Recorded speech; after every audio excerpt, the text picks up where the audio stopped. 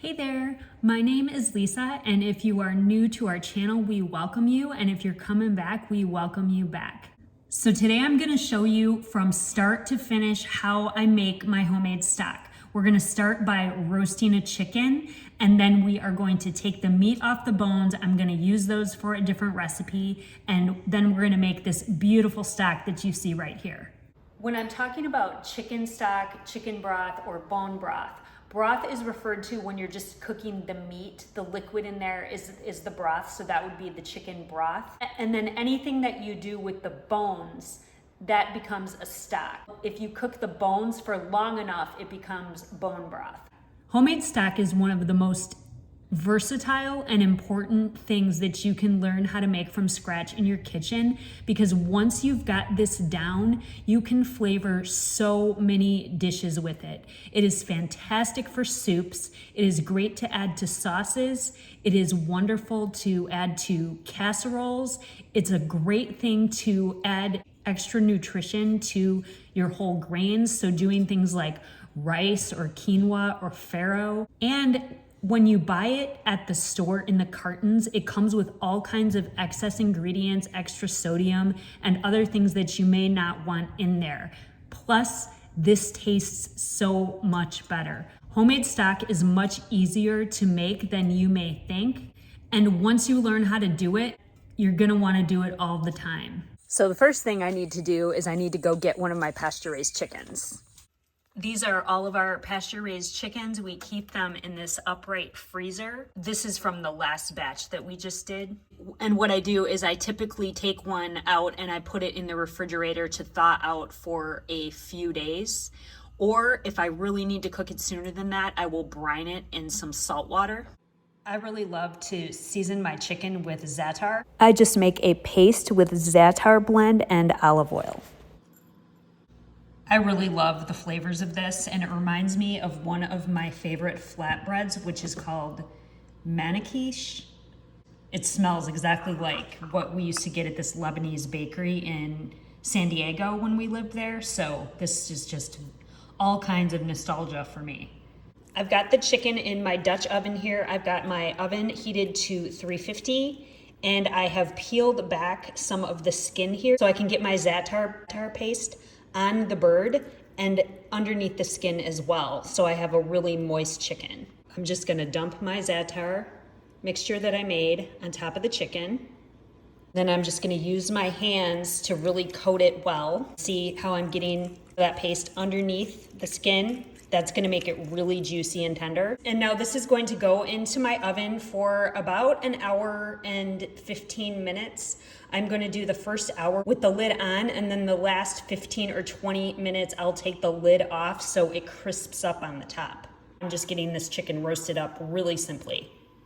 While I've got that chicken roasting in the oven, I'm gonna go outside and take my morning walk. All right, so it's been an hour. So I'm gonna get the lid off my chicken. I'm gonna let it go for about another 15 to 20 minutes. Our chicken is done. My entire house smells absolutely amazing. It looks perfect. And I'm just going to let this cool, and then I'm gonna take the meat off the bones. I'm gonna grab some fresh herbs. So I've got oregano here, I've got chives, this is tarragon, and this is parsley.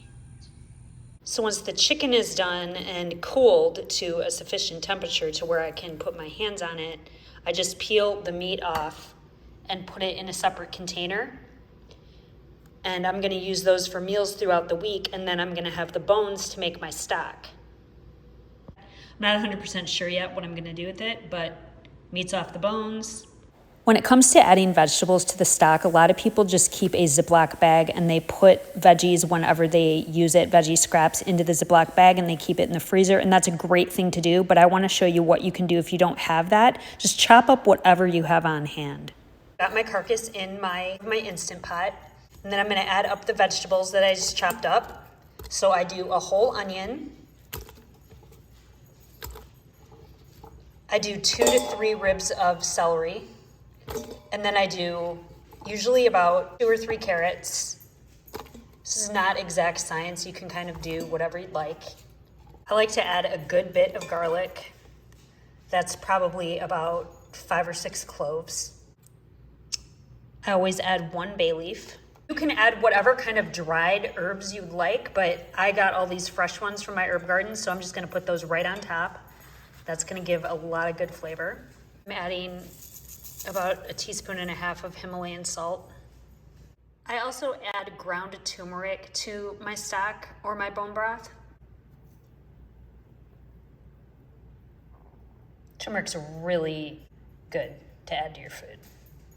Next, you want to take it over to the sink and you want to fill it up just below the max fill line on your Instant Pot. I definitely want to add some pepper.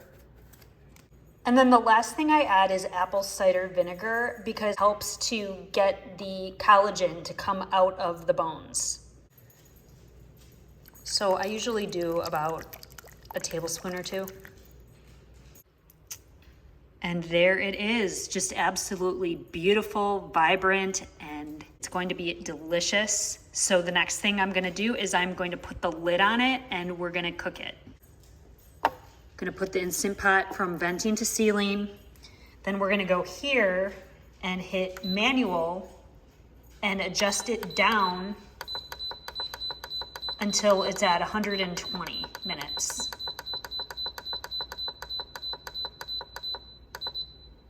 And let it go. Okay, so you can see our Instant Pot is done here. At this point, I could take it out of here and it's going to be like a really light broth, but I want more flavor, so I am gonna keep it going. I'm gonna put it in there for another 120 minutes. I'm gonna do the same thing. You can let it go all the way up to about 12 hours, and the longer you let it go, the richer your stock or bone broth is going to be. So if I pull it out right now, it's gonna be more of a broth. And if I keep it going, it's gonna turn into that stock or bone broth because all of that collagen is gonna come out of those bones. And so that's what I want. I want a richer stock. So I am going to put it on for another 120 minutes. My stock has gone for another 120 minutes. So at this point, again, I can be done with it. It'll be definitely more flavorful than if I had just let it go one time. But if I really want to develop that deep, rich bone broth, I can let it go another 2 or 3 times, like I said, up to 12 hours. And each cycle that you let the broth go, it's going to get darker and richer. And when the Instant Pot is done, it's automatically going to go to keep warm. I'm going to wait for that pin to drop before I open this because this is really, really hot broth. It took 58 minutes for that pin to drop for me to be able to open this. And there is our beautiful stock. It is still really, really hot, so I'm gonna let it cool down just a bit more before I strain it. Now that our stock is done, I am going to drain it. And as I said, if I let this go for another couple times, it would get darker and darker, but this is good for me because I'm gonna make some soup with it. So for my setup here, I've got a big glass mason jar, I've got a funnel, and then I've got a strainer. So I put the funnel inside the mason jar, then I put my strainer down, and I'm just gonna strain my broth. And I like this actually, this is very satisfying to do.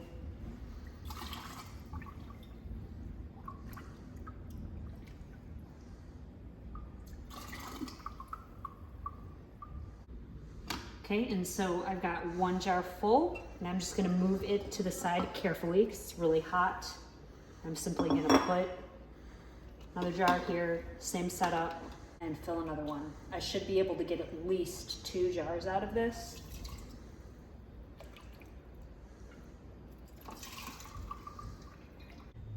That gave us 2 big, beautiful jars of stock, and I'm going to put some in the freezer and some of it I'm gonna use for soup. So I hope you're inspired to make your own chicken stock. You will love it so much, and I know that you will wanna make it again and again because it is going to become part of your routine in your kitchen.